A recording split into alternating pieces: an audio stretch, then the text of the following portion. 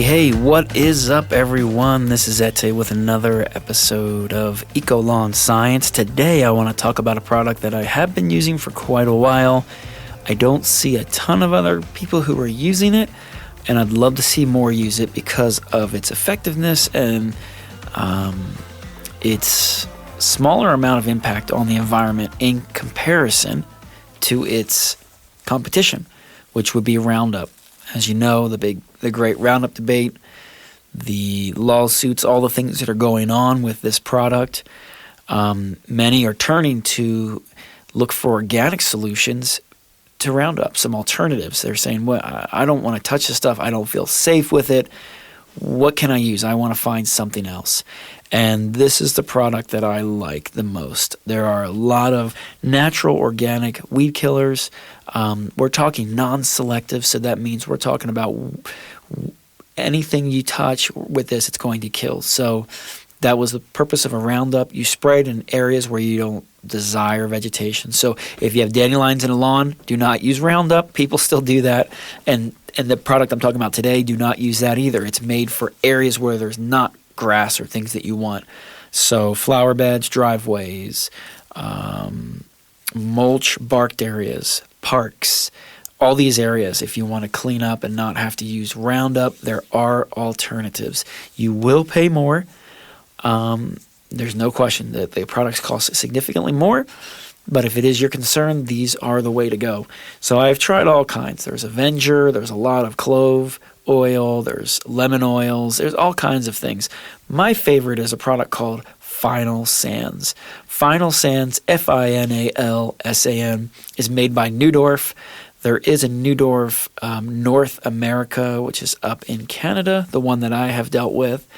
And basically, they've created a way to have non-selective weed control, herbicide, without the active ingredient, without the chemicals that are in Roundup. So what do they use? It's an herbicidal soap. So it's a fast-acting weed, grass, algae, lichen, liverwort, and moss killer. And what they use is called ammoniated soap of fatty acids. Now, these herbicidal soaps, the fatty acids, are OMRI listed, so they are certified organic.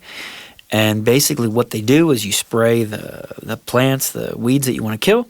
It penetrates the waxy cuticle of the plants, causing the plant to dehydrate, and it dies.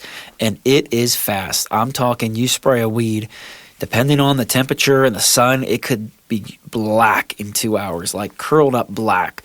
It's kind of crazy.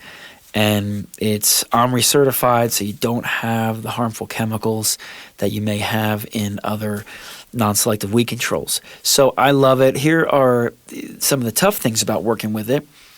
It doesn't have the systemic value that the Roundup does. So I've mentioned this before, Roundup, for what it is, it works great. It's a very efficient product.